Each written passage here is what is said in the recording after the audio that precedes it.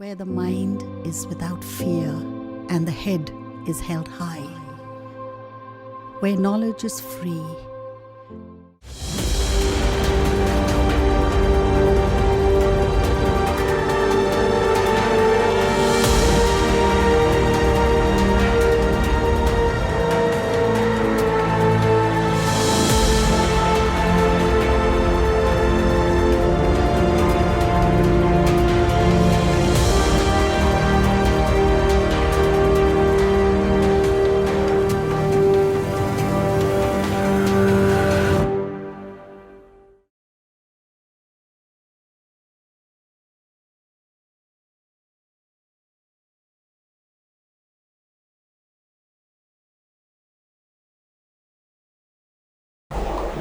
ছাত্রছাত্রীরা আশা করি তোমরা প্রত্যেকে ভালো আছো, সুস্থ আছো।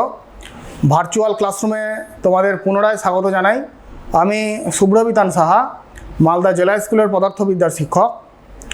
মালদা জেলা প্রশাসনের উদ্যোগে যে অনলাইন টেলিক্লাসের ব্যবস্থা করা হয়েছিল, সেই ক্লাসে আজ আমি পুনরায় তোমাদের সামনে উপস্থিত হয়েছি একাদশ শ্রেণীর ক্লাসরুমে। এবং তোমরা জানো আমরা মহাকর্ষ অধ্যায় পড়ছিলাম। বিগত ক্লাসগুলোতে আমরা যে বিষয় অবধি আলোচনা করেছিলাম সেইগুলো হলো অভিকর্ষ কী, অভিকর্ষজ ত্বরণ কী এবং অভিকর্ষজ ত্বরণ কী কী কারণে পরিবর্তন হয়। আজকে আমাদের মূল আলোচ্য বিষয় হবে গ্রহ ও উপগ্রহের গতি সংক্রান্ত কেপলারের সূত্রাবলী বা Kepler's laws of planetary motion, যেটা খুবই গুরুত্বপূর্ণ পরীক্ষার জন্য এবং তোমাদের অবশ্যই ভালো করে জানতে হবে। দেখো, বিজ্ঞানী কোপার্নিকাসের সময় থেকেই জানা গেছিল যে গ্রহগুলো কিন্তু প্রত্যেকে সূর্যের চারিদিকে প্রদক্ষিণ করে, কিন্তু গ্রহগুলির গতির প্রকৃতি কীরকম বা তারা কি নিয়মে সূর্যের চারিদিকে প্রদক্ষিণ করে সেই বিষয়ে কিন্তু স্পষ্ট ধারণা তখনও ছিল না। পরবর্তীকালে জ্যোতির্বিজ্ঞানী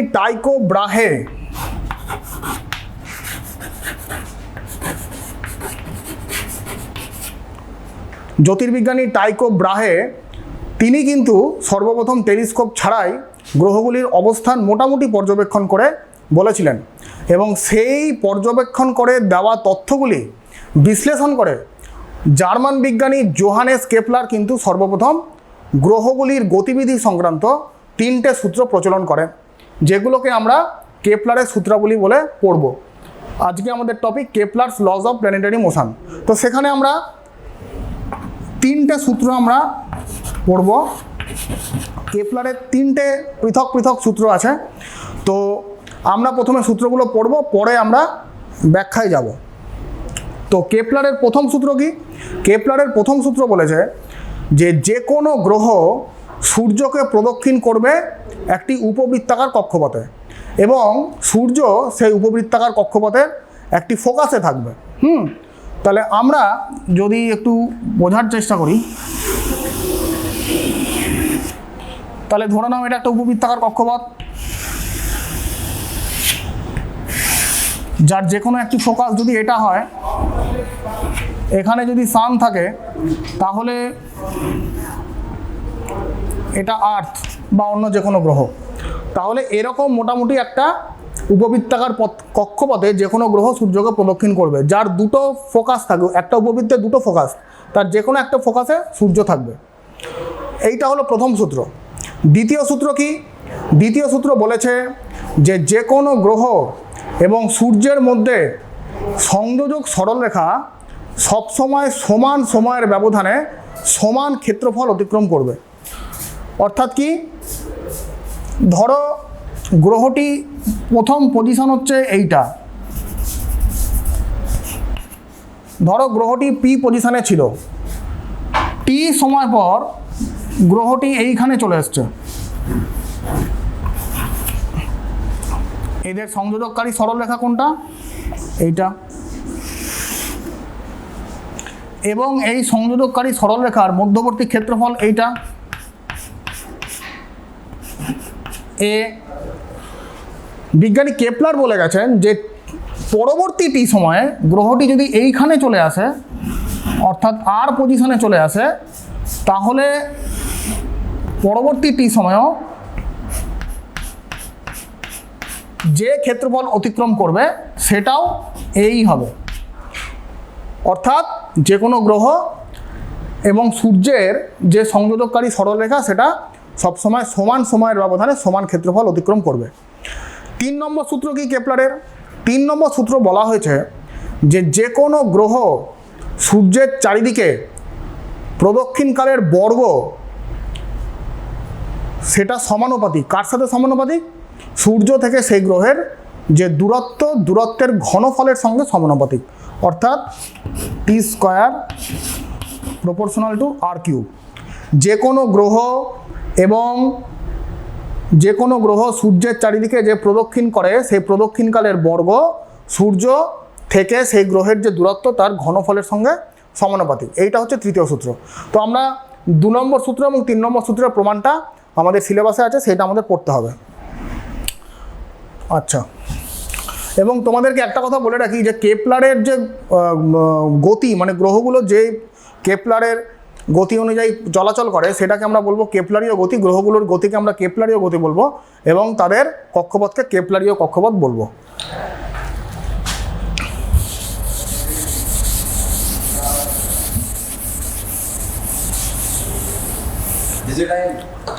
আমরা এখন কেপলারের দ্বিতীয় সূত্রের প্রমাণ পড়ব।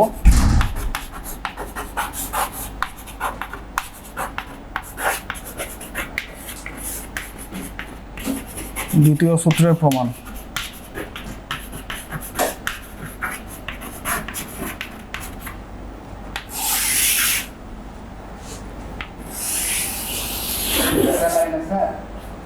আচ্ছা, ধরা যাক এইটা হচ্ছে একটা উপবৃত্তাকার কক্ষপথ এবং উপবৃত্তাকার কক্ষপথের এটা ফোকাস যেখানে সূর্য আছে।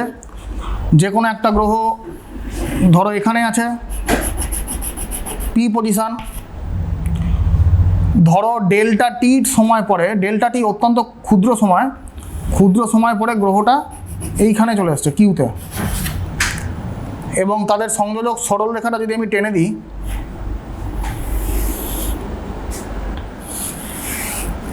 এইটা হচ্ছে তাদের সংযোজক সরলরেখা। এই অ্যাঙ্গেলটা হচ্ছে থিটা এবং এইটা খুবই ছোট একটা অ্যাঙ্গেল, সেটা হচ্ছে ডেল্টা থিটা। এবং সূর্য এবং এই গ্রহের সংযোজক সরলরেখা হচ্ছে আর। সূর্য এবং সেই গ্রহের সংযোজক সরলরেখা হচ্ছে আর। তো এরকম যদি হয় তাহলে গ্রহটা পিতে ছিল, ডেল্টা টি সময় পর সে কিউতে চলে এসছে। তাহলে তোমরা আমাকে বলো তো যে এইটুকু বৃত্তচাপের যে দৈর্ঘ্য, সেই বৃত্তচাপের দৈর্ঘ্য কত হবে? তোমরা জানো, ক্লাস 10-এ পড়েছ s equal to r theta. তাহলে সেরকম আমরা যদি বলতে পারি তাহলে পি কিউ এই বৃত্তচাপের দৈর্ঘ্য হবে আর, এই যে আর ইন্টু এদের মধ্যেকার অ্যাঙ্গেল ডেল্টা থিটা। তাহলে পি কিউ এই বৃত্তচাপের দৈর্ঘ্য হলো আর ডেল্টা থিটা। আচ্ছা, এইবার ডেল্টা টি যেহেতু খুব ক্ষুদ্র একটা সময়, সেই জন্য আমরা এইটুকু অংশকে আমরা সরলরেখা হিসাবে ভাবতে পারি। এইটুকু অংশ সরলরেখা। তাহলে তাই যদি হয়, সরলরেখা যদি হয়, তাহলে এইটুকু, এই ত্রিভুজের ক্ষেত্রফল কত? এস পি কিউ, এই ত্রিভুজের ক্ষেত্রফল কত? ত্রিভুজ এস পি কিউ এর ক্ষেত্রফল সেটা কত হবে? হাফ ভূমি R into R del theta. ভূমি হচ্ছে R del theta into R, half আর square delta theta. S P Q এই ত্রিভুজের ক্ষেত্রফল। আচ্ছা, ডেল্টা টি বললাম খুব ক্ষুদ্র সময়। যদি ডেল্টা টি যদি টেন্স টু 0 হয় তাহলে এই ক্ষেত্রফলটার নাম দিয়ে দিলাম ডেল্টা এ। তাহলে delta a almost equal to half R square delta theta.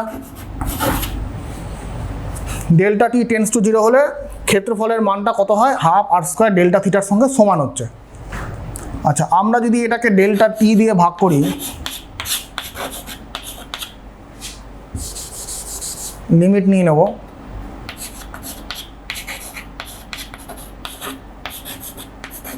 Delta A by delta T সমান কী হবে, half R square limit delta T tends to 0 delta theta by delta T. তোমরা অঙ্কে পড়েছো limit delta T tends to 0 del A del T মানে D A D T, D A DT is equal to half R square D theta D T. আচ্ছা, এবার তোমরা class 11-এরই বৃত্তীয় গতি অধ্যায় পড়েছো omega is equal to D theta D T, কৌণিক বেগ মানে কৌণিক সময়, কৌণিক সরণ বাই সময়, কৌণিক বেগ ইজ ইকুয়াল টু কৌণিক সরণ বাই সময়। তাহলে আমরা লিখতে পারি dA DT is equal to half R square omega, omega মানে কৌণিক বেগ। আচ্ছা,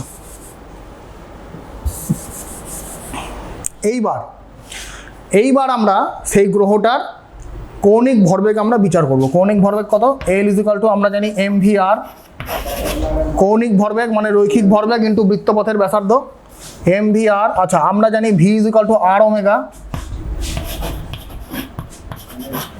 ভি আর ওমেগা ইন্টু আর,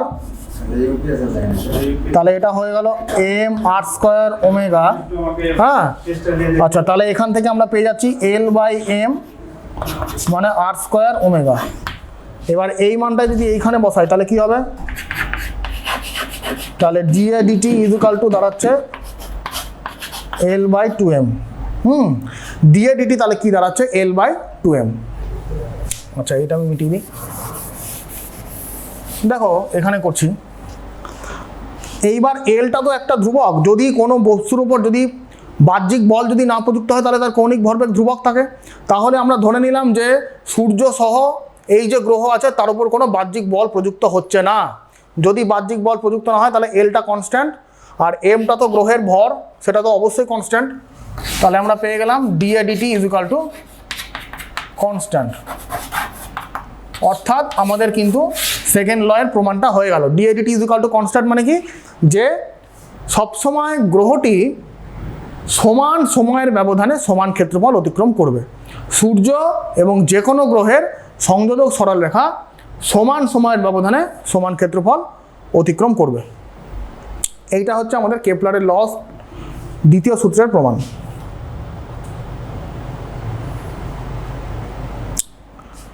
আচ্ছা, আশা করি তোমরা বুঝতে পেরেছ।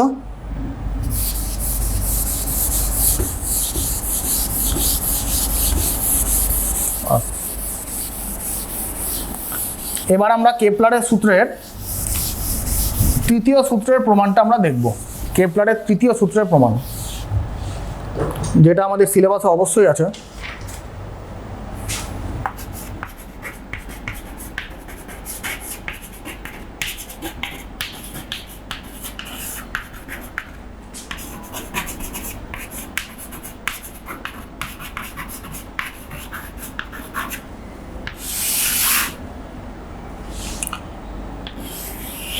ধরা যাক সূর্যের ভর হচ্ছে m0 এবং সূর্যকে কেন্দ্র করে কোনো একটা গ্রহ ঘুরছে যার ভর হচ্ছে m।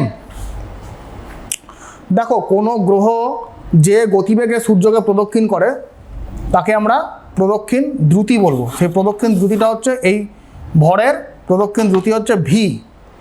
আচ্ছা, তাহলে এদের মধ্যবর্তী দূরত্ব হচ্ছে r। কোনো গ্রহ বা কোনো বস্তু যখন বৃত্তাকার পথে প্রদক্ষিণ করে, বৃত্তাকার পথে প্রদক্ষিণ করার জন্য কোনো বস্তুর যেটা অবশ্যই দরকার সেটা হচ্ছে অভিকেন্দ্র বল। ঠিক আছে, তাহলে এই যে এম ভরের একটা বস্তু সূর্যকে প্রদক্ষিণ করছে বৃত্তাকার কক্ষপথে, এই কক্ষপথে প্রদক্ষিণ করার জন্য বস্তুর একটা অবশ্যই অভিকেন্দ্র বল দরকার পড়বে। তাহলে সেই অভিকেন্দ্র বলটা কত, সেই অভিকেন্দ্র বলটা হচ্ছে mv²/r। আমরা জানি এটা আগেই, কিন্তু সেই অভিকেন্দ্র বল যে দরকার এই গ্রহটার বৃত্তপথে ঘোরার জন্য অভিকেন্দ্র বলটা দরকার, কিন্তু সেই অভিকেন্দ্র বলটাকে সাপ্লাই কী করবে, কোত্থেকে পাবে গ্রহটা? সেই গ্রহটা অভিকেন্দ্র বলটা পাবে এই সূর্য আর গ্রহের মধ্যে যে মহাকর্ষীয় আকর্ষণ বল কাজ করছে সেটাই। মহাকর্ষীয় আকর্ষণ বলটা জাস্ট এই অভিকেন্দ্র বলের সঙ্গে সমান হয়ে যাবে, কারণ মহাকর্ষীয় আকর্ষণ বলটাই সেই অভিকেন্দ্র বলকে যোগান দিচ্ছে। মহাকর্ষী আকর্ষণ বল G M zero M by R square. আর এখান থেকে একটা আর কাটলো, এম এম ক্যান্সেল, তাহলে ভি দাঁড়াচ্ছে √GM0/r। গতিবেগ দাঁড়ালো, প্রদক্ষিণ দ্রুতি দাঁড়ালো, গ্রহটির প্রদক্ষিণ দ্রুতি ভি √GM0/r। তাহলে টাইম পিরিয়ড কত হবে, প্রদক্ষিণ কাল কত হবে? প্রদক্ষিণ কাল বলতে তোমরা বোঝো যে গ্রহটির যে কোনো এক জায়গা থেকে যাত্রা শুরু করে পুনরায় সেই জায়গায় ফিরে আসতে, অর্থাৎ একবার পূর্ণ প্রদক্ষিণ করতে যে সময়টা লাগে সেটাই হচ্ছে প্রদক্ষিণ কাল। তাহলে প্রদক্ষিণ কাল কত? এই গ্রহটা একটা পুরোপুরি বৃত্তাকার পথ প্রদক্ষিণ করে আসছে, অর্থাৎ সে কত পথ প্রদক্ষিণ করছে? 2πr পথ প্রদক্ষিণ করছে। তাহলে total distance covered by velocity, তা সেটাই হচ্ছে তার টাইম পিরিয়ড। আচ্ছা, এই মানটা যদি বসিয়ে দিই এখানে, 2πr ইন্টু ভি মানে হচ্ছে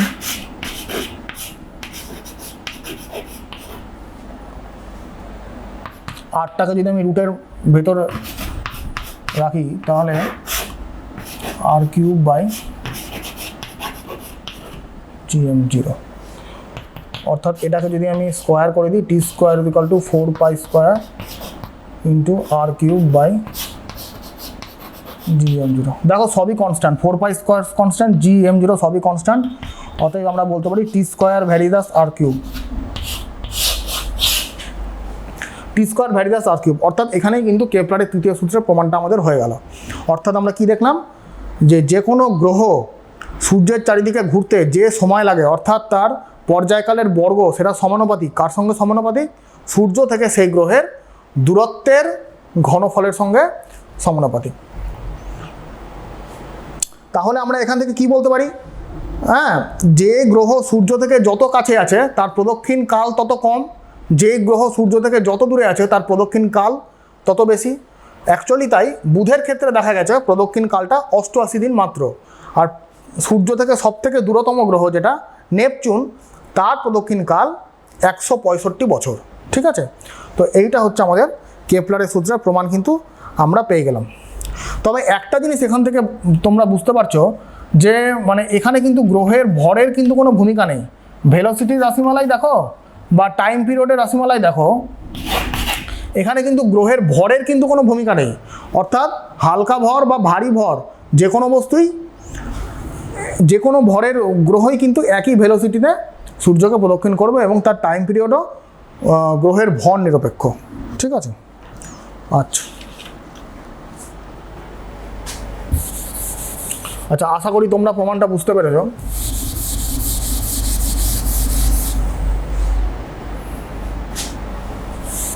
ঠিক আছে, এবার আমরা পড়বো মুক্তিবেগ। মুক্তিবেগ কি জিনিস?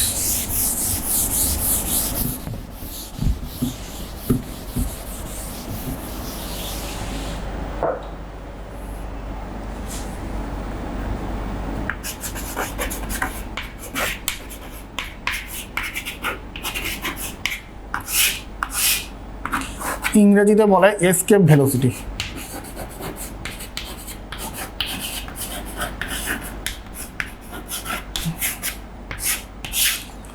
দেখো নাম শুনে বুঝতে পারছো, মুক্তিবেগ অর্থাৎ মুক্ত হয়ে যাওয়া, এসকেপ মানেও তাই, এসকেপ মানে মুক্ত হয়ে যাওয়া। তো মুক্তিবেগ বিষয়টা কি? দেখো তুমি যখন কোনো একটা বস্তুকে একটা নির্দিষ্ট বেগ দিয়ে ওপরের দিকে ছুড়ে যাও, তুমি কি দেখবে যে কিছুটা উচ্চতা যাওয়ার পর বস্তুটা কিন্তু আবার ভূপৃষ্ঠে নেমে এসছে। তুমি যদি আরও একটু জোরে বস্তুটাকে ছোড়ো, অর্থাৎ প্রক্ষেপ বেগ যদি তুমি আরেকটু বেশি দাও, তাহলে তুমি কি দেখবে যে আরও কিছুটা উচ্চতা উঠেছে, তারপরে সেই বস্তুটা আবার ভূপৃষ্ঠে নেমে আসছে। তোমরা এটাও জানো যে ভূপৃষ্ঠে থেকে যখন কোনো একটা বস্তু ওপরে ওঠে, সর্বোচ্চ উচ্চতায় উঠে তার গতিবেগ কিন্তু মুহূর্তের জন্য হলেও 0 হয়। একদম সর্বোচ্চ উচ্চতায় উঠে কোনো বস্তুর গতিবেগ মুহূর্তের জন্য হলেও 0 হয়। আচ্ছা, এইবার তুমি যদি প্রক্ষেপ বেগ ক্রমান্বয়ে যদি বাড়িয়ে যাও, তাহলে একটা নির্দিষ্ট সময় আসবে যখন তুমি কি দেখবে যে প্রক্ষেপ বেগ বাড়াতে বাড়াতে এমন একটা সময় আসবে যখন বস্তুটা কিন্তু আর ভূপৃষ্ঠে ফেরতই আসলো না, অর্থাৎ সেটার সর্বোচ্চ উচ্চতায় তার কিন্তু গতিবেগ 0 হলো না। তুমি এভাবেও বলতে পারো যে একটা নির্দিষ্ট বেগ দিলে দেখা যাচ্ছে বস্তুটা মহাকর্ষীয় আকর্ষণ ক্ষেত্রের বাইরে চলে যাচ্ছে, অর্থাৎ সেটা আমরা বলতে পারি অসীমে চলে গেছে। তো যেই ন্যূনতম বেগ দিলে এই ঘটনাটা ঘটবে সেই বেগটাকেই আমরা বলছি মুক্তিবেগ। তাহলে আমরা ডেফিনেশনটা কী দেবো? ডেফিনেশনটা আমরা এইভাবে দিতে পারি যে ন্যূনতম বেগে কোনো বস্তুকে পৃথিবী পৃষ্ঠ বা অন্য কোনো গ্রহ বা উপগ্রহের পৃষ্ঠ থেকে ছুড়লে সেটি তার মহাকর্ষীয় আকর্ষণ ক্ষেত্রের বাইরে চলে যায়, অর্থাৎ আমরা বলতে পারি সেটি আর ভূপৃষ্ঠে ফেরত আসবে না। ওই যে তুমি একটা ন্যূনতম গতিবেগ দিলে সেই গতিবেগটাই হচ্ছে মুক্তিবেগ, বা এসকেপ ভেলোসিটি আমরা বলবো। তাহলে আমরা একটু বিষয়টা আমরা দেখি। আমরা পৃথিবীর ক্ষেত্রে বিবেচনা করব মুক্তিবেগ কত, মুক্তিবেগের রাশিমালাটা আমরা দেখি।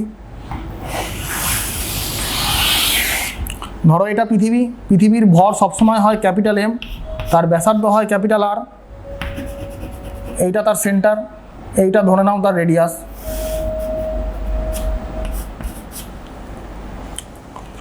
ধরো একটা বস্তু এখানে আছে, এইখান থেকে সেন্টার থেকে তার দূরত্ব হচ্ছে এক্স, বস্তুটার ভর হচ্ছে এম। বস্তুটার ভর যদি এম হয়, পৃথিবীর ভর ক্যাপিটাল এম, তাহলে এই বস্তু আর পৃথিবীর মধ্যে কত আকর্ষণ বল কাজ করছে? তাদের মধ্যে আকর্ষণ বল কাজ করছে F equal to G M by x square. X হচ্ছে তাদের মধ্যে দূরত্ব। আচ্ছা, এইবার বস্তুটাকে আমি কি করব?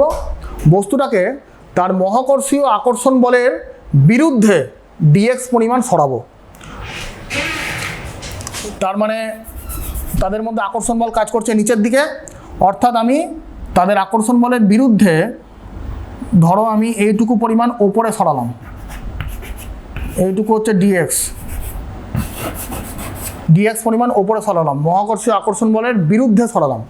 তাহলে ডিএক্স পরিমাণ সরাতে তা কত কৃতকার্য করতে হবে? আমাকে কৃতকার্য করতে হবে প্রযুক্ত বল ইন্টু সরণ, অর্থাৎ GMm by x square into dx. এই পরিমাণ কৃতকার্য আমাকে করতে হবে। আচ্ছা, যেহেতু ডিএক্সটা খুব ছোট অংশ আমি সরিয়েছি, যেহেতু ডিএক্সটা খুব ছোট, তাই জন্য আমি কৃতকার্যটাকে ধরবো ডিডাব্লিউ। আচ্ছা, এইবার তোমাদের মনে প্রশ্ন আসতে পারে, আমাকে তো বস্তুটাকে অসীমে সরাতে হবে, অসীমে সরানোর জন্য কত বেগ লাগে সেটাই আমরা বার করতে যাচ্ছি, কিন্তু আমি তো এখানে বললাম ডিএক্স পরিমাণ সরালাম। তাহলে কেমন করে হলো? দেখো, অ্যাকচুয়ালি আমরা কি করেছি, অসীমটাকে আমরা ছোট ছোট অসংখ্য ডিএক্সের সমন্বয় হিসাবে আমরা ধরে নিতে পারি। অসীমটাকে আমরা অসংখ্য ছোট ছোট ডিএক্সের সমন্বয় হিসাবে যদি আমরা ধরে নিই, তাহলে কি হবে?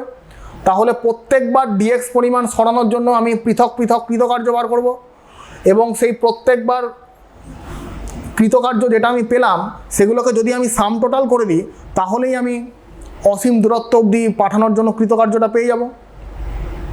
কিন্তু সেই বিষয়টা অত্যন্ত জটিল আর সময় সাপেক্ষ, বুঝতেই পারছো, কারণ প্রত্যেকবার আমাকে ডিএক্স পরিমাণ সরানোর জন্য কত কৃতকার্য করতে হচ্ছে সেটা ক্যালকুলেশন করার পর আবার তাদেরকে সাম টোটাল করতে হচ্ছে। তো একবারে আমি কি করব, একবারে আমি ইন্টিগ্রেশন করে দেবো, কারণ তোমরা জানো ইন্টিগ্রেশন হচ্ছে সামেশনেরই একটা ভার্সান। তাহলে আমরা যদি একবারে ইন্টিগ্রেশনটা করে দিই, ডাব্লুকে ডিডাব্লু থেকে ডাব্লু পাওয়ার জন্য আমাকে ইন্টিগ্রেশন করতে হবে GMm by x square dx. একবারে আমি ইন্টিগ্রেশন করে দিলাম। ইন্টিগ্রেশনের লিমিটটা কত হবে? দেখো, অ্যাকচুয়ালি এটা কিন্তু এক্স হলো, এটা কিন্তু আর, মানে এটা ভূপৃষ্ঠের ওপরে আছে বস্তুটা, কেন্দ্র থেকে ভূপৃষ্ঠ অবধি দূরত্বটা হচ্ছে পৃথিবীর ব্যাসার্ধ, অর্থাৎ আর থেকে আমি কোথায় পাঠাতে আছি? ইনফিনিটিতে পাঠাতে আছি। তাই জন্য ইন্টিগ্রেশনের লোয়ার লিমিটটা হবে আর, আপার লিমিটটাকে আমি ইনফিনিটি দেবো। এটা যদি করি, তাহলে ইন্টিগ্রেশনটা আমি করছি না, আমি একবারে দেখিয়ে দিচ্ছি। এটা করলে দাঁড়াবে জিএমএম বাই আর, ইন্টিগ্রেশনের রেজাল্টটা দাঁড়াবে W equal to G M M by R. তাহলে এই যে কৃতকার্যটা দরকার বস্তুকে ইনফিনিটিতে পাঠাতে, আমাকে যে কৃতকার্যটা করতে হবে সেটা হচ্ছে জিএমএম বাই আর। এই কৃতকার্যটা আসবে কোত্থেকে? বস্তুটাকে তো আমাকে ছুটতে হবে, বস্তুটাকে তো আমাকে গতিশক্তি দিতে হবে, তাহলেও তো সে এই কৃতকার্যটা পাবে, এবং এই কৃতকার্যটা পেলেই বস্তুটা অসীমে চলে যাবে। অর্থাৎ আমাকে একটা নির্দিষ্ট অনুভূমিক বেগ দিয়ে বস্তুটাকে ছুটতে হবে, অর্থাৎ আমাকে নির্দিষ্ট একটা গতিশক্তি প্রয়োগ করতে হবে, যে গতিশক্তিটা পেলে বস্তুটা এই কৃতকার্য লাভ করবে এবং তখন সে অসীমে চলে যাবে। তাহলে আমাকে কত গতিশক্তি দিতে হবে? ধরলাম আমি গতিশক্তি প্রদান করব 12 mv², কিন্তু আমি এখানে ভি লিখবো না, আমি এখানে ভিই লিখছি, কারণ এই গতিশক্তি যদি এই ওয়ার্ক ডানের সঙ্গে সমান হয়ে যায় তাহলে বস্তুটা অসীমে চলে যেতে পারবে। তাহলে এই গতিশক্তি এই ওয়ার্ক ডানের সঙ্গে সমান, অর্থাৎ gmm/r, অর্থাৎ ক্যান্সেল বোথ সাইড থেকে,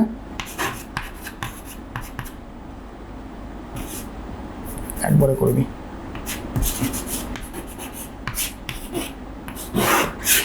ভিই দাঁড়ালো √2gm/r।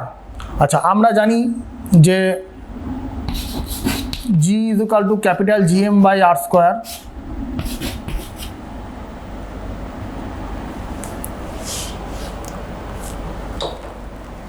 এইখানে কৃতকার্যটা ক্যাপিটাল আর।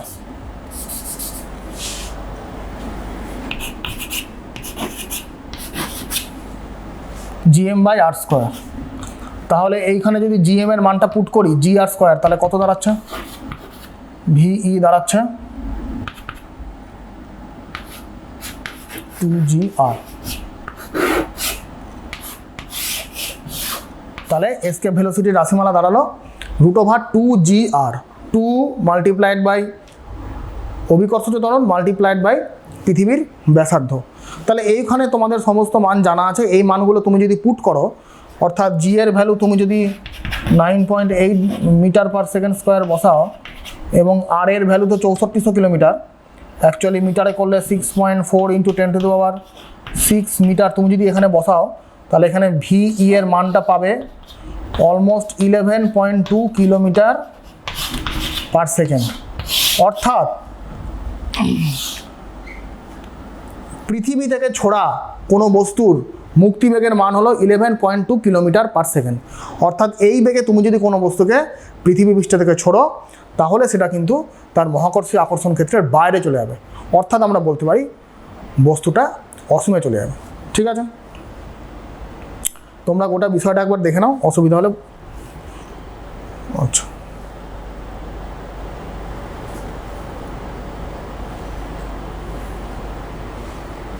আচ্ছা, আশা করি তোমরা বুঝতে পেরেছ। এইখানে তোমাদের একটা বলে রাখি, তোমাদের একটা কোশ্চেন খুব দিয়ে দেয় আজকাল, যে কোশ্চেনটা 2 নম্বরের কোশ্চেন আছে যে পৃথিবীর বায়ুমণ্ডলে কেন হালকা গ্যাস বর্তমানে আর দেখতে পাওয়া যায় না। হালকা গ্যাস বলতে কোন কোন গ্যাস? হাইড্রোজেন, হিলিয়াম, হ্যাঁ, এই সমস্ত যে সমস্ত হালকা গ্যাস আছে সেইগুলো বর্তমানে কেন পৃথিবীতে আর তাদের অস্তিত্ব নেই, এই কোশ্চেনটা কিন্তু দিয়ে দিতে পারে। তো দেখো, পৃথিবী সৃষ্টির সময় যেরকম ভারী গ্যাস যেরকম ছিল, অক্সিজেন, নাইট্রোজেন, কার্বন ডাইঅক্সাইড ইত্যাদি ভারী গ্যাস যেরকম ছিল, সেরকম কিন্তু হালকা গ্যাসও ছিল, হাইড্রোজেন, হিলিয়াম তারাও ছিল। এখন তোমরা পরবর্তীকালে পড়বে যে গ্যাসের গতীয় তত্ত্ব যখন তোমরা পড়বে তখন দেখতে পাবে যে গ্যাসের অণুর গতিবেগ সেটা হচ্ছে পরম উষ্ণতার বর্গমূলের সঙ্গে সমানুপাতিক। সেইটা থেকে জানা যায় যে হাইড্রোজেন অণুর আরএমএস বেগ CH2 এটা হচ্ছে 1.6 কিলোমিটার/সেকেন্ড। হাইড্রোজেন অণুর আরএমএস বেগ কত? 1.6 কিলোমিটার/সেকেন্ড।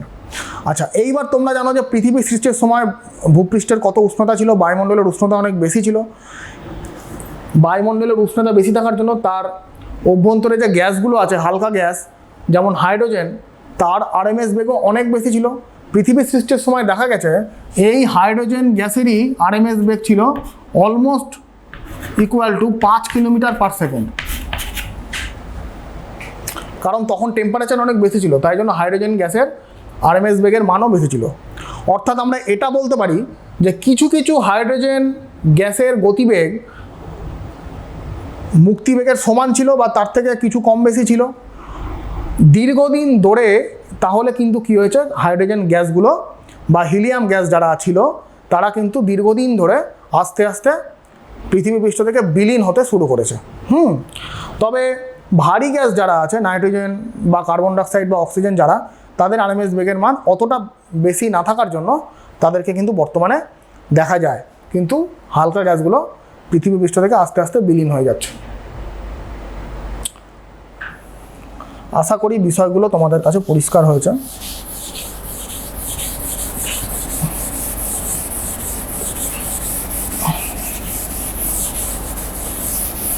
আচ্ছা, এইবার আমাদের যেটা পাঠ্য বিষয়,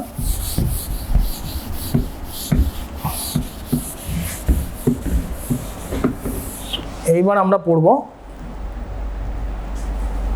কৃত্রিম উপগ্রহ।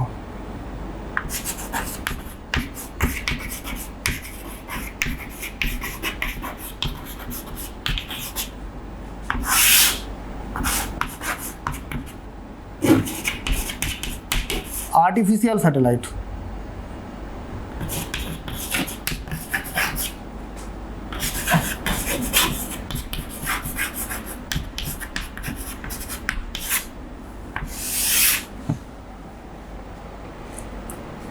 আচ্ছা, চাঁদ কিন্তু পৃথিবীর একমাত্র উপগ্রহ, এবং এর আগেই আলোচনা করা হয়েছে যে নিউটনীয় মহাকর্ষ গতি থেকে কিন্তু এই বিভিন্ন গ্রহ উপগ্রহের গতিবিধি কিন্তু ব্যাখ্যা করা সম্ভব। এর থেকেই বিজ্ঞানীদের ধারণা হলো যে আমরা পৃথিবী থেকে ছোড়া কোনো বস্তুকে যদি আমরা যথাযথ দূরত্বে নিয়ে গিয়ে যথাযথ অনুভূমিক বেগ আমরা দিতে পারি, তাহলে সেগুলো কিন্তু চাঁদের মতোই পৃথিবীকে প্রদক্ষিণ করতে শুরু করবে। এই ধারণারই বাস্তব প্রয়োগ কবে ঘটল? এই ধারণারই বাস্তব প্রয়োগ ঘটল 1957 সালের 4 অক্টোবর। তখন কি ঘটল? তখন রাশিয়ার বিজ্ঞানীরা স্পুটনিক 1 নামে প্রথম কৃত্রিম উপগ্রহ কিন্তু পৃথিবীর কক্ষপথে স্থাপন করেছিলেন। আসলে কি হয় বিষয়টা, যে বিভিন্ন উপগ্রহকে কিন্তু রকেটের সাহায্যে উৎক্ষেপণ করা হয়, খাড়াভাবে পূর্ব দিকে কিন্তু উৎক্ষেপণ করা হয়। বিভিন্ন উপগ্রহকে আমরা রকেটের সাহায্যে উৎক্ষেপণ করতে পারি, এবং প্রযুক্তিগত দিক দিয়ে উপগ্রহের পেছনে রকেটকে এমনভাবে সাজানো থাকে যাতে আমরা কিন্তু বিভিন্ন দিকে রকেটের গতির অভিমুখটা আমরা চেঞ্জ করতে পারি। এবং গতির অভিমুখটা চেঞ্জ করার ফলে কি হয়, একটা নির্দিষ্ট উচ্চতায় গিয়ে যদি আমরা সেই উপগ্রহটাকে একটা নির্দিষ্ট অনুভূমিক বেগ আমরা দিতে পারি, তাহলে সেটা কিন্তু পৃথিবীর কক্ষপথে গিয়ে পৃথিবীকে প্রদক্ষিণ করতে শুরু করবে। তবে বর্তমানে শুধু পৃথিবীর চারিদিকেই কৃত্রিম উপগ্রহ নয়, বিভিন্ন গ্রহ চারিদিকে বা বিভিন্ন উপগ্রহের চারিদিকেরও কিন্তু কৃত্রিম উপগ্রহ পাঠানো সম্ভব হয়েছে। ঠিক আছে, তো আমরা এখন কৃত্রিম উপগ্রহের দ্রুতি এবং পর্যায়কাল আমরা আলোচনা করব।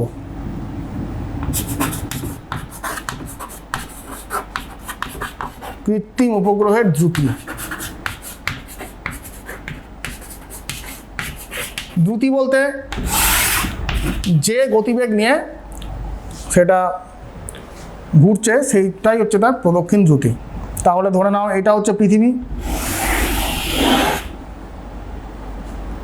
আচ্ছা, এইবার এই পৃথিবীর চারিদিকে ধরো এই কক্ষপথে একটা কৃত্রিম উপগ্রহ ঘুরছে। ধরো এটা কৃত্রিম উপগ্রহ, যার ভর হচ্ছে m এবং যার প্রদক্ষিণ দ্রুতি হচ্ছে v। এবং তোমরা জানো যে পৃথিবীর ভর হচ্ছে ক্যাপিটাল M, পৃথিবীর ব্যাসার্ধ হচ্ছে ক্যাপিটাল R। এবং যদি কক্ষপথটা যদি বৃত্তাকার হয় তাহলে আমরা বলতে পারি যে তার প্রদক্ষিণ দ্রুতিটা ধ্রুবক, এটা আমরা বলতে পারি। কিন্তু যদি বৃত্তাকার কক্ষপথ না হয় তাহলে সেটা আমরা কন্ট্রোল করতে পারি না। তাহলে এই কৃত্রিম উপগ্রহটাও, আচ্ছা আরেকটা জিনিস বলে দিই যে ভূপৃষ্ঠ থেকে এইটুকু আর, তোমরা ভালোই বুঝতে পারছো এটা কেন্দ্র থেকে পৃথিবীর ভূপৃষ্ঠ, ভূপৃষ্ঠ থেকে এইচ উচ্চতায় আছে। ভূপৃষ্ঠ থেকে যে উচ্চতায় আছে উপগ্রহটা সেটা হচ্ছে এইচ। এবং তাহলে আমরা বলতে পারি পৃথিবীর কেন্দ্র থেকে কত উচ্চতায় আছে, কেন্দ্র থেকে ধরো এখানে পি, তাহলে ও পি মানে আমরা কত বলতে পারি ওপিকে আমরা কত বলতে পারি, আর প্লাস এইচ, কেন্দ্র থেকে সেই কৃত্রিম উপগ্রহের দূরত্ব আর প্লাস এইচ, যেটাকে আমরা ছোট হাতের আর দিয়ে ডিনোট করছি।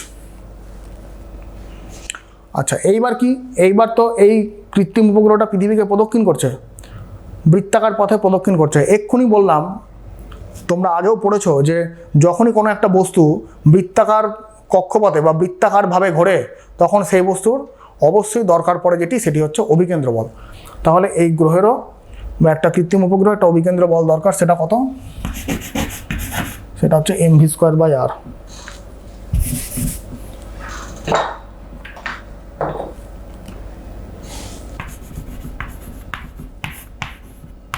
mv²/r ইকুয়াল টু কী হবে? এই অভিকেন্দ্র বলটাকে কে যোগান দেবে? যোগান দেবে এই পৃথিবী আর এই কৃত্রিম উপগ্রহের মধ্যে যে মহাকর্ষীয় আকর্ষণ বল, সেটা কত? gmm বাই তাদের মধ্যে দূরত্বের স্কোয়ার। আর ক্যান্সেল, একটা এম ক্যান্সেল, তাহলে ভি দাঁড়ালো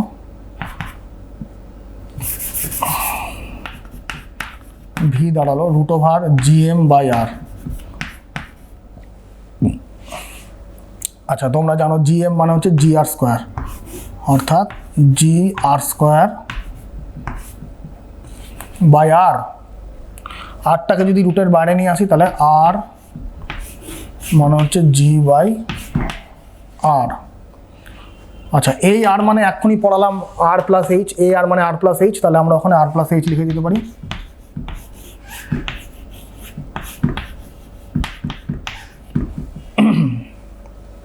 তাহলে প্রদক্ষিণ দ্রুতির মান একটা আমরা পেলাম, সেটা হচ্ছে যে আর মানে পৃথিবীর ব্যাসার্ধ এই আর ইন্টু √g/r+h, অর্থাৎ অভিকর্ষজ ত্বরণ ডিভাইডেড বাই r+h। আচ্ছা এবার আমরা পর্যায়কাল বার করব। পর্যায়কাল যদি বার করতে চাই তাহলে পর্যায়কাল এক্ষুনি বললাম যে একবার পূর্ণপথ প্রদক্ষিণ করে ঘুরে আসতে যে সময় লাগে তাকে আমরা পর্যায়কাল বলি। পর্যায়কাল মানে এখানে 2πr/v হবে, কারণ বৃত্তাকার পথ প্রদক্ষিণ করে আসছে 2πr/v। তাহলে 2πr/v মানে আমরা যদি 2πr/v মানে এই মানটা বসাই r/gm, অর্থাৎ এই আরটাকে যদি আমি এর মধ্যে রুটের মধ্যে নিয়ে যাই তাহলে কি হবে? 2π√r³/gm, অর্থাৎ t মানে কি দাঁড়াচ্ছে? 2π√r কিউবের জায়গায় আমি r+h তার হোল কিউব বসাতেই পারি আমি। r+h তার হোল কিউব ডিভাইডেড বাই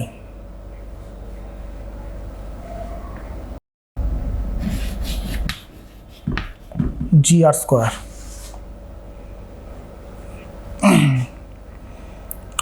অর্থাৎ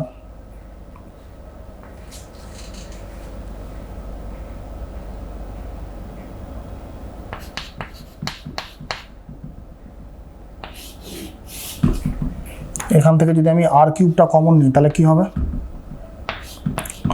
1+h/r whole cube divided by gr²। h/r তার হোল কিউব, এখানে উপর থেকে আর কিউবটা কমন নিয়েছি, তাহলে এটা আমরা এখানে লিখি। তাহলে t ইকুয়াল টু কী দাঁড়াচ্ছে? 2π। আচ্ছা এখান থেকে r² থেকে একটা আর কাটবে, একটা আর থাকবে, তাহলে 2π√r/g into 1+h/r whole to the power 3/2। এইটা দাঁড়ালো আমাদের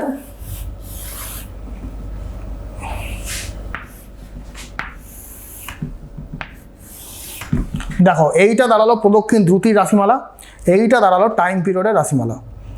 তো এইগুলো একটু মনে রাখতে হবে, কারণ আমাদের এগুলো থেকে কিন্তু নিউমেরিক্যালস আসলে যাতে আমরা অতি সহজেই আমরা করতে পারবো। ফর্মুলাগুলো যদি জানা থাকে তাহলে জাস্ট 10 থেকে 15 সেকেন্ড লাগবে আমাদের একটা এমসিকিউ সলভ করতে, আর কিচ্ছু না। তাহলে কি বিষয়টা, প্রদক্ষিণ দ্রুতি দাঁড়ালো এইটা আর √g/r + h, আর টাইম পিরিয়ড দাঁড়ালো 2π √r/g 1 + h/r whole to the power 3/2। এখানে একটা জিনিস খেয়াল করো যে টাইম পিরিয়ডটা কিন্তু এই হাইটের সঙ্গে সমানুপাতিক, ঠিক আছে। এবং বুঝতেই পারছো টাইম পিরিয়ডটা সমানুপাতিক। এইচ মানে কি, যে যত দূরে ভূপৃষ্ঠ থেকে যত দূর দিয়ে যত কৃত্রিম উপগ্রহ ঘুরবে তার টাইম পিরিয়ড তত বেশি হবে, অর্থাৎ তার ভূপৃষ্ঠ থেকে যত উঁচু দিয়ে ঘুরবে তত কিন্তু তার টাইম পিরিয়ড বেশি। এখানে আবার কিন্তু উল্টো, গতিবেগের সঙ্গে মানে উচ্চতাটা কিন্তু ব্যস্তানুপাতিক, অর্থাৎ যত কম উচ্চতা দিয়ে কোনো উপগ্রহ ঘুরবে তার ভেলোসিটি কিন্তু তত বেশি হবে, অর্থাৎ সে মানে তত জোরে ঘুরবে, মানে যত তার ভূপৃষ্ঠ থেকে দূরত্বটা কম হবে সে কিন্তু তত আরও জোরে ঘুরবে। এইখান থেকে কিন্তু আমরা এই দুটো জিনিস কনক্লুড করতে পারি। আচ্ছা, এইবার যদি তোমাকে একটা স্পেশাল কেস বলে দেয়, যদি ধরো খুবই কাছ দিয়ে ঘুরছে, পৃথিবীর খুবই কাছ দিয়ে ঘুরছে, ধরো এই সমস্ত জায়গা দিয়ে ঘুরছে বা আরও কাছে, তাহলে কি হবে, তাহলে এইচটাকে আমরা নেগলেক্ট করতে পারি। তো তাহলে এইচ যদি অলমোস্ট ইকুয়াল টু 0 হয়ে যায় তাহলে কি হচ্ছে, তাহলে ভি এর মানটা কি দাঁড়াচ্ছে, ভি এর মানটা দাঁড়াচ্ছে, এখান থেকে যদি এইচটা 0 করে দিই তাহলে কি দাঁড়াবে, তাহলে √gr দাঁড়াবে, √gr, হ্যাঁ। আর টিটা কি দাঁড়াবে, এইচটাকে 0 করে দিলে দাঁড়াবে 2π √r/g, এইটা দাঁড়াবে। মানে এইটা স্পেশাল কেস, অর্থাৎ যদি কোশ্চেনে বলা দেয় যে ভূপৃষ্ঠের খুব কাছাকাছি ঘুরছে গ্রহটা, কৃত্রিম উপগ্রহটা খুব ভূপৃষ্ঠের খুব কাছাকাছি কোনো কক্ষপথ দিয়ে ঘুরছে, তাহলে তার গতিবেগের ফর্মুলা দাঁড়াবে √gr, আর টাইম পিরিয়ডের ফর্মুলা দাঁড়াবে 2π √r/g। এইটা হচ্ছে কৃত্রিম উপগ্রহ, ঠিক আছে। তো এইখান থেকে তোমাদের নানা রকম কোশ্চেন আসতে পারে, কৃত্রিম উপগ্রহের ব্যবহারও দিয়ে যেতে পারে। কৃত্রিম উপগ্রহের ব্যবহার তোমরা জানো যে টেলিযোগাযোগ, অর্থাৎ সিগন্যাল আদান প্রদানের মাধ্যমে আমরা পৃথিবীর বিভিন্ন স্থানে থাকা খেলাধুলা বা অনুষ্ঠান আমরা সহজেই দেখতে পারি, হ্যাঁ। আবহাওয়ার বিষয়ে পূর্বাভাস করা যায়, নিরীক্ষণ করা যায়, বা তোমার প্রতিরক্ষামূলক যে ব্যবস্থা বা নজরদারি সেটা করা যায়। তো এরকম নানাবিধ কৃত্রিম উপগ্রহের ব্যবহার আছে, ঠিক আছে। আচ্ছা, আশা করি তোমরা বুঝতে পেরেছো। দেখো, এইবার আমাদের যেটা পাঠ্য বিষয় সেটা হচ্ছে ভূসমলয় উপগ্রহ বা জিও স্টেশনারি স্যাটেলাইট। আচ্ছা, জিও কথাটার মানে হচ্ছে ভূ বা পৃথিবী, আর স্টেশনারি কথাটার মানে হচ্ছে স্থির। তাহলে এইখান থেকে কিন্তু আমরা জিও স্যাটেলাইট বা জিও স্টেশনারি স্যাটেলাইট সম্বন্ধে একটা ধারণা আমরা করতে পারি। কি বিষয়টা হচ্ছে পৃথিবী নিজের অক্ষের চারিদিকে প্রতি 24 ঘন্টায় একবার পশ্চিম থেকে পূর্বে পাক খায়, যেটা আহ্নিক গতি নামে পরিচিত। এইবার এমন একটা কৃত্রিম উপগ্রহকে যদি আমরা পৃথিবীর কক্ষপথে এমনভাবে স্থাপন করতে পারি যদি তার কক্ষপথটা বৃত্তাকার হয়, যদি তার কক্ষপথটা নিরক্ষতলে থাকে, পৃথিবীর নিরক্ষতলে থাকে বা ইকুইটোরিয়াল প্লেনে থাকে, এবং যদি সেই কৃত্রিম উপগ্রহটি পৃথিবীর চারিদিকে পৃথিবীর আহ্নিক গতির মতোই সে পশ্চিম থেকে পূর্বে 24 ঘন্টায় একবার পাক খায়, তাহলে আমাদের কি মনে হবে? তাহলে আমাদের মনে হবে যে পৃথিবীর কৌণিক গতিবেগের সাপেক্ষে সেই কৃত্রিম উপগ্রহের আপেক্ষিক কৌণিক গতিবেগ 0, অর্থাৎ আমাদের মনে হবে যেন আকাশের একটা নিরক্ষতলের ওপর একটা নির্দিষ্ট জায়গায় আকাশে সেই কৃত্রিম উপগ্রহটা স্থির অবস্থায় আছে। এই রকম উপগ্রহকে আমরা ভূসমলয় উপগ্রহ বা জিও স্টেশনারি স্যাটেলাইট বলবো, এবং তার কক্ষপথটাকে ভূসমলয় কক্ষপথ বলবো। তাহলে আমি যে কন্ডিশনটা বললাম, কন্ডিশন 3টে কি আমি এখানে লিখে দিই, যে উপগ্রহের কক্ষপথটা বৃত্তাকার হবে, কৃত্রিম উপগ্রহের কক্ষপথটা বৃত্তাকার হবে, কক্ষপথ বৃত্তাকার হবে। আচ্ছা, 2 নম্বর কি, কক্ষপথটি নিরক্ষতলে থাকবে, কক্ষপথটি নিরক্ষতলে থাকবে। আচ্ছা 3 নম্বর কন্ডিশন কি, যে পৃথিবীর আহ্নিক গতির মতো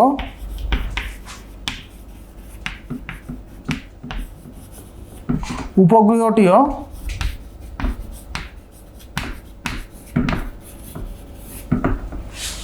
24 ঘন্টায় পশ্চিম থেকে পূর্বে পৃথিবীকে পাক খাবে, পৃথিবীর চারিদিকে ঘুরবে।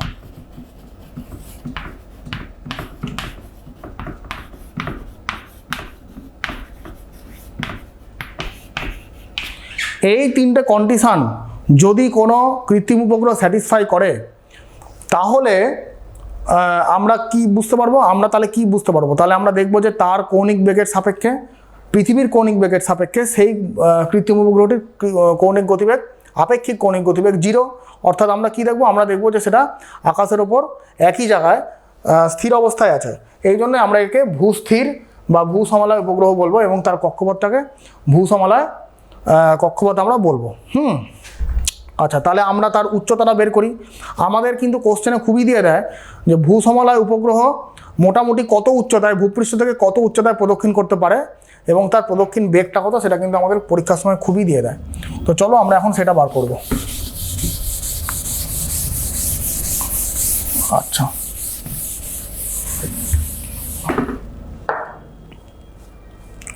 ধরা যাক এইটা পৃথিবী এবং এর চারিদিকে একটা কৃত্রিম উপগ্রহ ঘুরছে যেটা ভূসমলয় উপগ্রহ, যার ভর ধরে নাও m, পৃথিবীর সেন্টার থেকে তার দূরত্ব হচ্ছে r, এবং এটা ভূপৃষ্ঠ থেকে h উচ্চতায় আছে। আর এইটুকু তো r তোমরা জানো, মানে পৃথিবীর সেন্টার থেকে তার ভূপৃষ্ঠ অবধি মানে যেটা দূরত্ব সেটাই তার রেডিয়াস, এবং ভূপৃষ্ঠ থেকে h উচ্চতায় আছে। অর্থাৎ আগের বারের মতোই আমরা ধরতে পারি r = r + h। প্রদক্ষিণ দ্রুতি হচ্ছে v এবং টাইম পিরিয়ড হচ্ছে t, পূর্ণপথ প্রদক্ষিণ করতে টাইম পিরিয়ড t। তাহলে একদম আগের মতোই আমরা হিসাব করব যে বস্তুটা বা কৃত্রিম উপগ্রহটা একবার ঘুরছে, অর্থাৎ সে একটা বৃত্তাকার পথে প্রদক্ষিণ করছে। বৃত্তাকার পথে প্রদক্ষিণ করার জন্য তার দরকার অভিকেন্দ্র বল, যেটাকে যোগান দিচ্ছে পৃথিবী আর এই উপগ্রহের মধ্যে মহাকর্ষীয় আকর্ষণ বল, অর্থাৎ Gmm/r²। একদম আগের মতো, অর্থাৎ এখান থেকে আমরা পেয়ে গেলাম আর v = √Gm/r।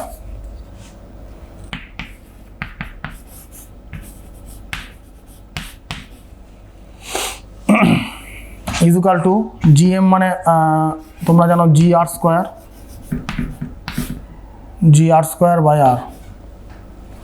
টাইম পিরিয়ড কত হবে, 2πr/v, বৃত্তাকার পথ প্রদক্ষিণ করছে, অর্থাৎ মানটা যদি বসিয়ে দিই 2πr × v মানে হচ্ছে r/gr²।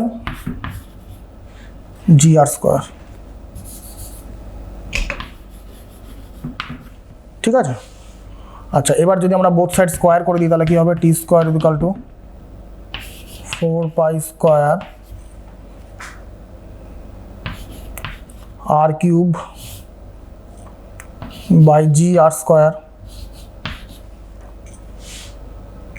আচ্ছা তাহলে এখান থেকে r এর মানটা আমরা পেয়ে যাব, উচ্চতাটা আমাদের বার করতে হবে। তাহলে r এর মানটা আমরা কি পেয়ে যাব, gr²t²/4π² হোল টু দি পাওয়ার 1/3। অর্থাৎ আমরা r এর মানটা পেয়ে গেলাম gr²t²/4π² হোল টু দি পাওয়ার 1/3। ঠিক আছে।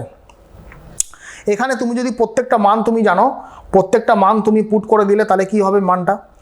আচ্ছা জি এর মান তুমি জানো 9.8, আর মানে পৃথিবীর ব্যাসার্ধ তোমরা জানো 6400 কিলোমিটার, মানে 6.4 × 10⁶ মিটার। টি মানে হচ্ছে পর্যায়কাল, সেটা কত হবে, প্রদক্ষিণ কালটা, সেটা 24 ঘন্টায় একবার পাক খাচ্ছে, তার মানে পর্যায়কাল অবশ্যই 24 ঘন্টা হবে। 24 ঘন্টা মানে 86,400 সেকেন্ড, এই মানটা এখানে বসাতে হবে। আর 4π² মান তো তোমরা জানো, তাহলে এই মানগুলো যদি এখানে বসিয়ে দাও তাহলে r এর মান দাঁড়াবে almost equal two 42,340 kilometre. 42,340 kilometre. কোত্থেকে ডিস্টেন্সটা কত? আর, ছোটো হাতের আর, মানে সেন্টার থেকে তার দূরত্ব, সেন্টার থেকে কৃত্রিম উপগ্রহের দূরত্ব। তাহলে যদি বলি যে ভূপৃষ্ঠ থেকে তার দূরত্ব কত হবে, এইটুকু কত হবে, তাহলে এইচ হবে কতটা, এর থেকে রেডিয়াসটা বাদ দিতে হবে। আচ্ছা, 42,340 মাইনাস 6400 কিলোমিটার যদি করো, তাহলে অলমোস্ট বেরাবে 36,000 কিলোমিটার। অর্থাৎ ভূসমলয় উপগ্রহকে যদি আমাকে প্লেস করতে হয়, পৃথিবীর চারিদিকে যদি ভূসমলয় উপগ্রহকে প্লেস করতে হয়, তাহলে তার উচ্চতা হওয়া উচিত ভূপৃষ্ঠ থেকে 36,000 কিলোমিটার। এবং এখান থেকে আমরা কিন্তু তার প্রদক্ষিণ বেগটাও বার করতে পারি। এই যে প্রদক্ষিণ বেগটা, V is equal to 2πr/t করে। আচ্ছা, এই আর এর মানটা এইটা বসাবে, 42,340কে এসআইতে করবে, মিটারে করবে, টাইম পিরিয়ড তো বলেই দিলাম 86,400। সেই মানটা যদি বসাও, তাহলে ভি এর মানটা অলমোস্ট দাঁড়াবে 3.079 এত কিলোমিটার পার সেকেন্ড।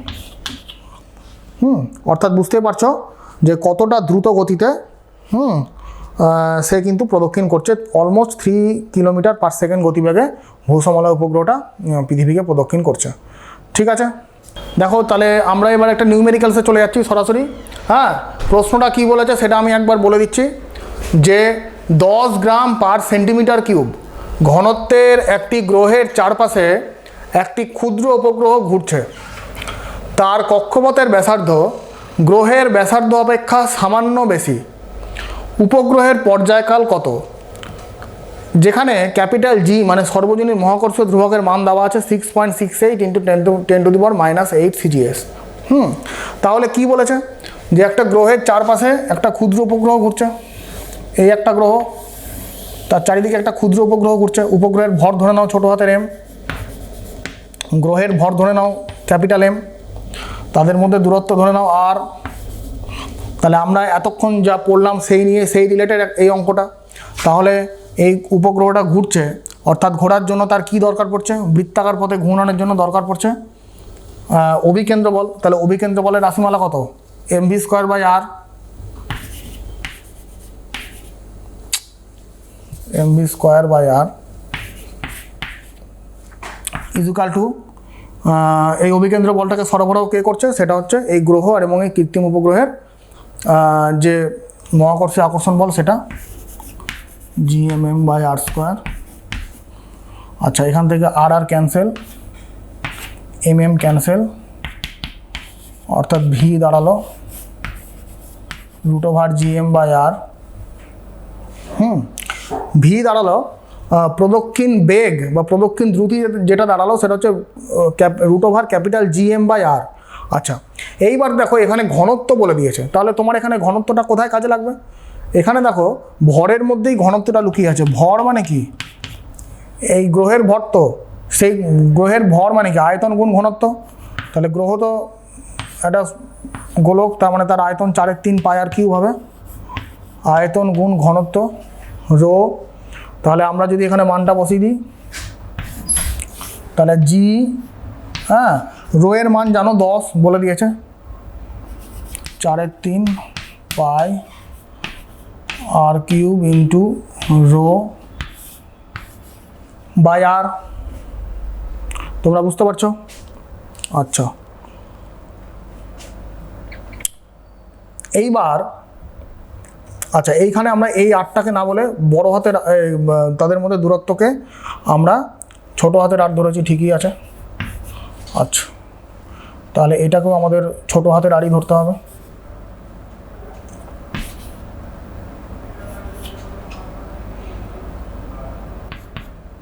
r²